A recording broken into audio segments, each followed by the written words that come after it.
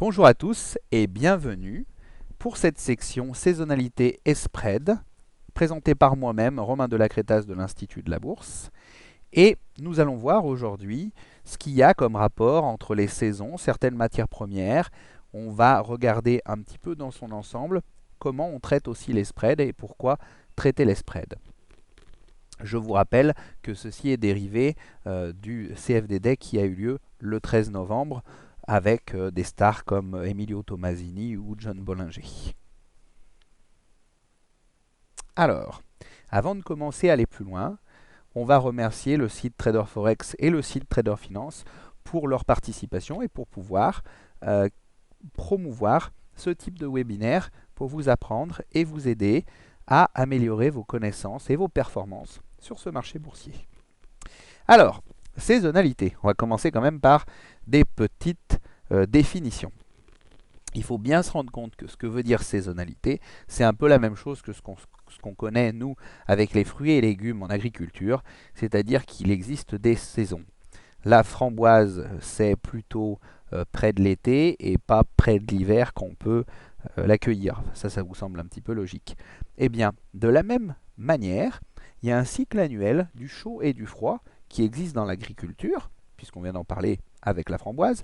Vous avez aussi un autre effet de saison par rapport à toutes les entreprises, toute la comptabilité, toutes les dates fiscales, les effets de calendrier, et vous avez tout un tas d'événements qui se passent dans notre vie quotidienne, qui sont par exemple Noël, qui sont les vacances, qui sont la saison des voyages, et effectivement, c'est plus ou moins lié à la température, au beau temps, au cycle annuel du chaud et du froid, mais peu importe.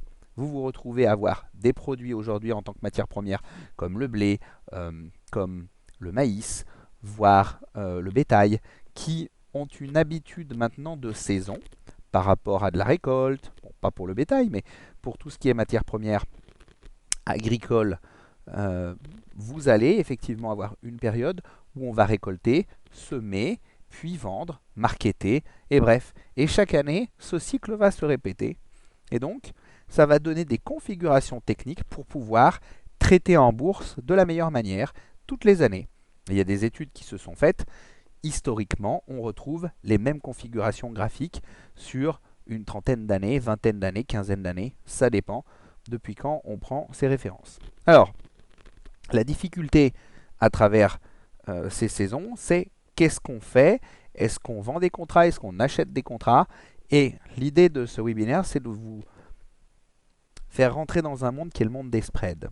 Alors, quand on regarde une tendance de cette manière-là, vous pouvez voir que vous tracez le bas, vous tracez le haut. Tout le monde peut bénéficier d'une superbe tendance comme ça. Vous achetez à un moment donné et ça ne fait que monter. Et ça, tout le monde en bénéficie.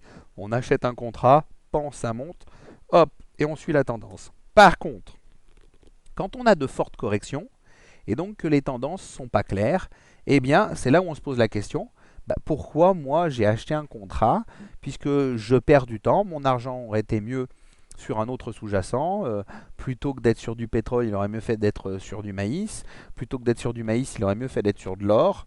Bon, parce que vous voyez, sur l'or en ce moment, ça fait que grimper, et ben ça ressemble plus à la tendance d'ici qu'à celle-ci, qui ressemble plus d'ailleurs aujourd'hui. Nous sommes le 2 décembre, à la tendance qui se passe sur le pétrole depuis quelques jours. Voilà.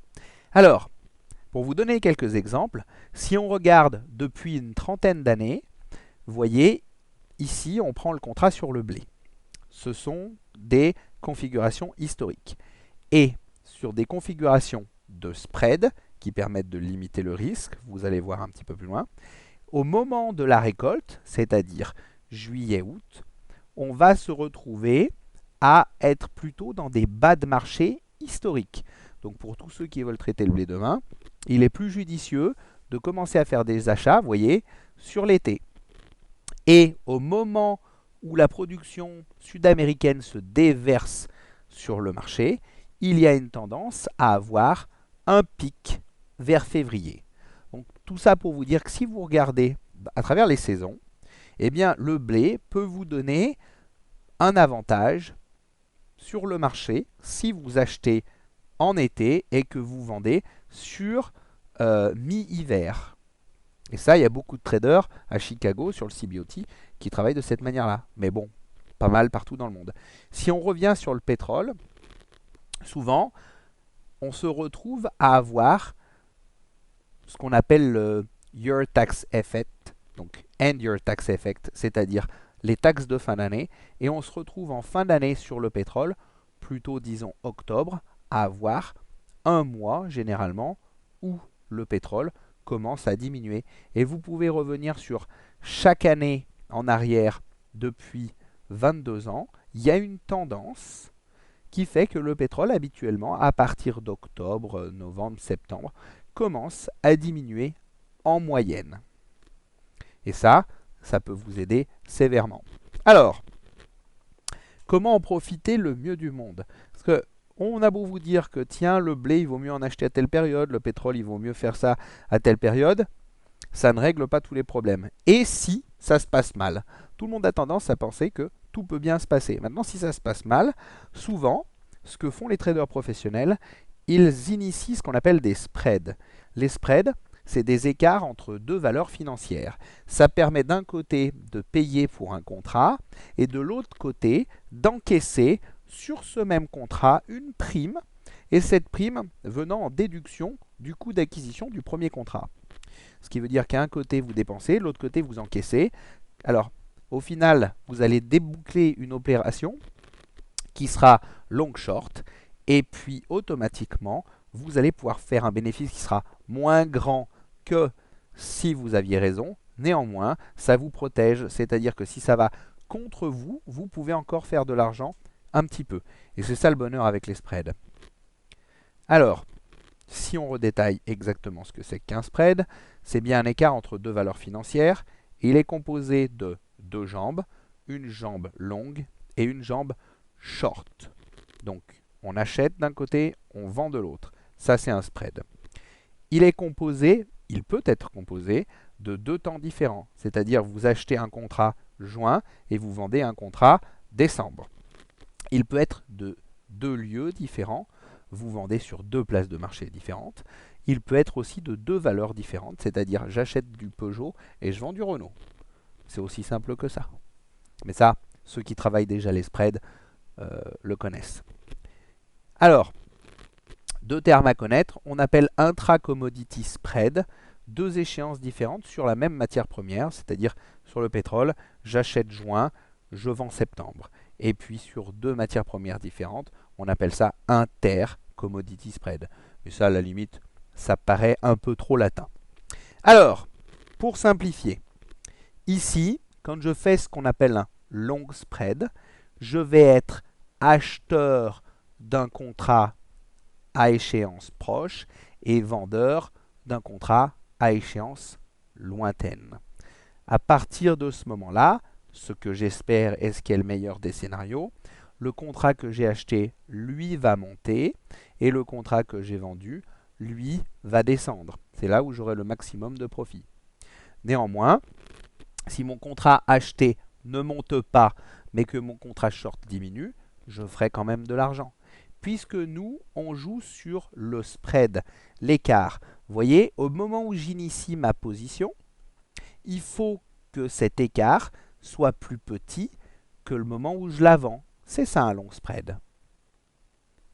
A l'inverse, le short spread, c'est-à-dire je vends un spread, donc j'achète un contrat échéance proche et je vends un contrat échéance lointaine. Et là, je me retrouve à avoir une vente à ce niveau-là, par exemple, que vous pouvez voir sur le graphique, et un achat ici. Vous voyez, cette différence est plus grande que la différence quand je clôture. C'est grâce à ça que je fais de l'argent. Je vends plus cher quelque chose que je rachète moins cher un petit peu plus loin. Et donc, la différence est dans ma poche. Voilà comment on traite les spreads. Alors, pourquoi on traite les spreads? Je vais vous le rappeler, je vous l'ai déjà dit, mais l'achat et la vente d'une position en simultané achat et vente long short permet de réduire le risque. C'est-à-dire que vous n'êtes pas complètement exposé. Et un gros avantage que les brokers nous donnent, c'est qu'ils nous permettent de traiter avec moins de marge. Donc on se diversifie toujours un tout petit peu mieux. On peut en tout cas se diversifier mieux. Donc il y a quelque chose qui est peut-être à retenir sur la volatilité. Les spreads eux-mêmes peuvent vous faire gagner de l'argent parce qu'ils peuvent être volatiles, alors que le sous-jacent peut ne pas bouger du tout. Il arrive souvent qu'au moment des récoltes, on se retrouve, ou un petit peu après, quand les premiers contrats arrivent sur le marché, les agriculteurs étant obligés de se couvrir le plus vite possible une fois que la récolte est faite et qu'elle doit être vendue, on voit souvent des spreads qui commencent à augmenter plus fortement à ces moments-là que d'habitude. Voilà, je vous remercie de m'avoir écouté. Et puis, si vous voulez en savoir plus, vous pouvez toujours aller commander le coffret de DVD de la formation CFD près de 4 heures complète sur tous les sujets regroupant là-dessus. Voilà, à très bientôt.